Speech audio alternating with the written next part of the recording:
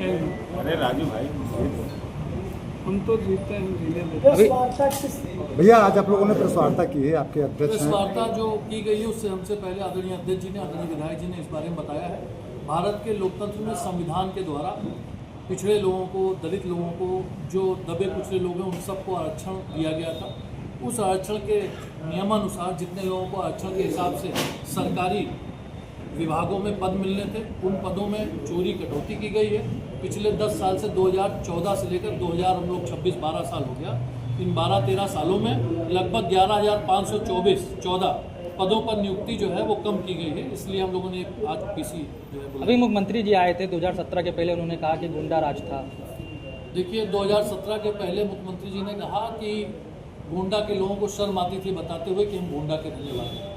मैं इस बात पे माननीय मुख्यमंत्री जी का ध्यान आकृष्ट करना चाहता हूँ कि मुख्यमंत्री जी 2017 से पहले और 2017 के बाद गोंडा के लोग आपको जवाब दे सकते हैं। मेरी सवाल जो मैं गोंडा वालों से पूछना चाहता हूँ, 2017 से पहले ऐसा क्या था जिसमें हमको शर्म आती थी, और 2017 के बाद ऐसा क्या हुआ जिस पर हमें गर्व होता है। 2017 के पहले भी यहाँ पर भगवान दुखरनाथ का मंदिर है, पृथ्वीनाथ का बहुत पवित्र पावन मंदिर है जो एशिया में सबसे बड़ा शिवलिंग है, वहाँ पर स्थापित है। झारी धाम का मंदिर है, महर्षि पतंजलि का यहाँ जन्म हुआ, तुलसीदास जी का यहाँ जन्म हुआ, महाराजा देवव्रत से जुड़ा हुआ ये जनपद है। ये सिरमौर है गोंडा पूरे मंडल का। 2017 से पहले भी यहाँ विश्वविद्यालय नहीं था, 2017 के बाद भी विश्वविद्यालय नहीं। 2017 से पहले यहाँ के लोग सड़क पर बढ़िया से घूमते थे, लखनऊ जाते थे। आज भी उसी सड़क पर घूमने कोई नई सड़क नहीं बनी है। आज भी शहर में आप चले जाइए, जिस मोहल्ले में जाएंगे वहाँ समाजवादी पार्टी का लगाया हुआ इंटरलॉकिंग है। मैं जहाँ रहता हूँ आवास विकास कॉलोनी में, वहाँ एक भी सड़क अगर भारतीय जनता पार्टी ने बनाई हो तो मुझसे कोई बात कर ले आके, चाहे यहाँ के जनप्रतिनिधि हो या भाजपा संगठन का कोई व्यक्ति हो। हाँ, लाइटें लगाई गई हैं, कुछ जगह बड़ी बड़ी लाइटें लगाई गई हैं, लेकिन 6 लाइटों में से 2 चल रही है। उसका जीता जागता नमूना मैं जो अन्नपूर्णा स्वीट्स जो पहले हुआ करती थी, पुष्पांजलि, उसके पास में एक लाइट लगी है। मैं रोज निकलता हूँ, देखता हूँ 2 ही लाइट उसमें जलती है। तो ये विकास है। और 2017 से पहले जो माननीय मुख्यमंत्री जी ने कहा कि 2017 से पहले सबसे गंदा शहर था और 2017 के बाद वो अच्छे शहरों में गिना जाने लगा।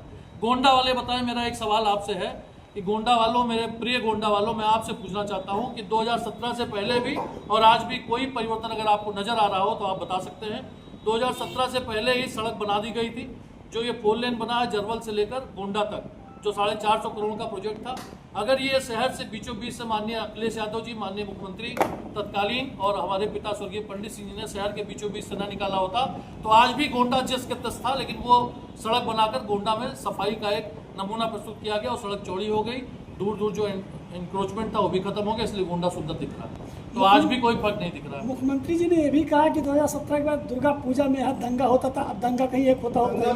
देखिए, दंगा कराने का काम भारतीय जनता पार्टी अपना स्वार्थ निकालने के लिए करती थी। 2017 से चाहे वो जुलूस हिंदू का हो या मुस्लिम का हो, उस जुलूस में कुछ अराजक तत्वों को भेजकर भारतीय जनता पार्टी दंगा कराने का काम करती थी। अब भारतीय जनता पार्टी चूंकि सत्ता में, अगर दंगा होगा तो उसकी बदनामी होगी, इसलिए वो दंगा नहीं कराती। लगातार भाई भतीजावाद पर भी जमकर आरोप। भाई भतीजावाद की जहां तक बात है, पार्टी एक साथ चलती है। आज सबसे ज्यादा अगर वाकई में देखा जाए कहीं भाई भतीजावाद है तो भारतीय जनता पार्टी ने। अपने जनपद से शुरू करिए, यहाँ से लेकर आप केंद्र की सरकार तक जितने भी नुमाइंदे बैठे हैं, आप देख लीजिए। अगर गिनती कहेंगे, मैं दूसरा प्रेस करके आपको लिस्ट दे दूंगा, आज मेरे पास नहीं है। सबसे ज्यादा अगर कहीं पर परिवारवाद, भाई भतीजावाद है, जनपद से लेकर आप देख लीजिए, केंद्र तक भाई भतीजावाद करने का काम भारतीय जनता पार्टी करती है।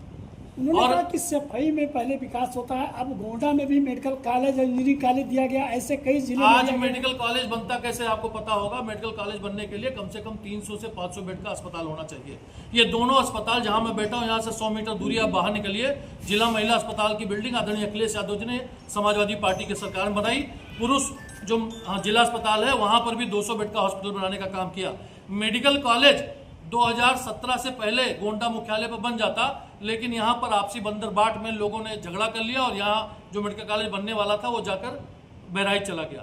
आज विश्वविद्यालय गोंडा का सिरमौर जो है, देवी पाटन मंडल का सिरमौर गोंडा है, यहाँ पर विश्वविद्यालय बनना चाहिए था, लेकिन भारतीय जनता पार्टी के किसी भी नुमाइंदे ने, किसी भी चुने हुए जनप्रतिनिधि ने एक आवाज उठाई और बताई। हम लोगों ने धरना दिया, प्रदर्शन किया, हम लोगों ने घेराव किया, डीएम कार्यालय घेराव किया, कप्तान कार्यालय घेराव किया, लेकिन उसके बाद भी दुर्भाग्य रहा हम लोग का कि हम लोग विश्वविद्यालय नहीं ला पाए।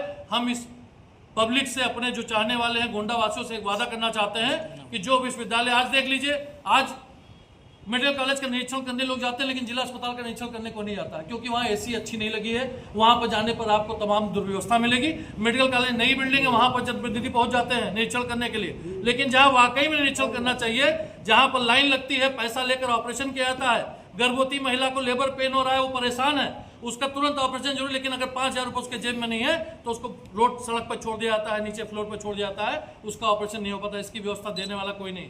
आज खून के लिए लोग तरस रहे हैं, ब्लड यूनिट। मैं अभी बता रहा हूँ, आज सवेरे से सालपुर बाजार में लाइट नहीं है। मैं अगर कहिए एग्जाम्पल दूं, अभी मैं सवेरे से 9 फोन मिला चुका हूं जेई को, लेकिन जेई ने फोन नहीं उठाया। अब अगर जेई मुझसे बात करेगा, मुझे गुस्सा आ गई, मैं उसको कुछ कह दूं, मेरे मुझसे अपशब्द निकल जाए, तो लोग कहेंगे कि बहुत बदतमीज नेता है। लेकिन मैं जनता के लिए कोई भी लड़ाई लड़ने के लिए, कुर्बानी देने के लिए मेरे पिता स्वर्गीय पंडित सिंह जी और सूरज सिंह हमेशा तैयार रहेंगे।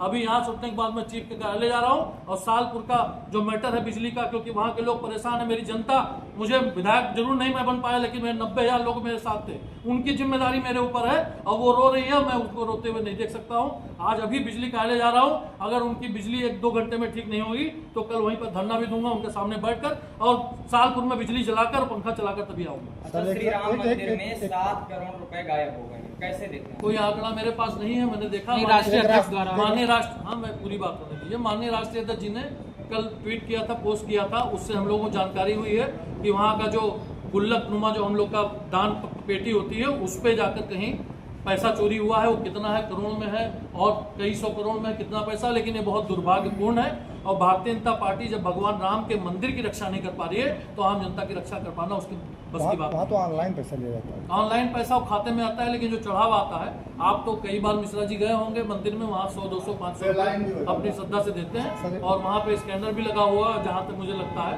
तो पैसा तो कैश में भी आता होगा। गोंडा का एक सवाल कर लें हम आपसे, आपके आवास विकास कॉलोनी से जुड़ा है। एक रास्ता हुआ करता था पुरखों के ज़माने से, बड़गांव पुलिस चौकी से 50 मीटर आगे बढ़ेंगे अंदर की तरफ, कोई रजत गर्ग जी हैं, इन लोगों ने तालाब की जमीन शिकायत भी हुई बाकायदा, और इन पर जुर्माना भी हुआ, हाईकोर्ट गए, जुर्माना को हाईकोर्ट ने नहीं माना, खारिज हो गया, मैं तो रास्ता बंद है। पत्रकार साथी आपसे बैठे हैं, मैं आपसे एक आग्रह जरूर करूंगा कि मुख्यमंत्री जी आए, क्या कहे गए क्या नहीं कहे गए उस पर मत जाइए। आज जनता से जुड़े मुद्दे, महंगाई, भ्रष्टाचार, उत्पीड़न, लेखपाल द्वारा उत्पीड़न हो रहा, लेखपाल द्वारा उत्पीड़न हो रहा है, कानून गो, पुलिस के चौकी इंचार्ज से लेकर सिपाही लोग उत्पीड़न कर रहे हैं लोगों का, एक छोटे छोटे मामले में 10-10 हज़ार रुपये वसूली कर रहे हैं। जहां देखिए फोन आता है, लोग परेशान हैं। आखिर में आदमी सोचता है कि सूरज भैया कह दें, चलो अगर करा देंगे, नहीं तो पैसा देके किसी तरह निपटो। झगड़ा होता है, छोटे मामले, दोनों पक्ष सुलह भी लगा लेता है, उसके बाद पुलिस बैठा के रखती है कि इनके बीच में कैसे पैसा वसूला जाएगा। इस पर आप सवाल पूछिए और इस पर हम लोग को आंदोलन करने का मौका दीजिए। निश्चित रूप से हम बताते हैं, अगर जमीन पे हम लोग उतर रहे हैं और आगे भी उतरेंगे तो ये दिन दूर नहीं कि 2027 में आदरणीय अखिलेश यादव जी की सरकार बनेगी, और यहाँ पर जो सड़क है, जो पुल है, पुलिया है, सब दुरुस्त होगा।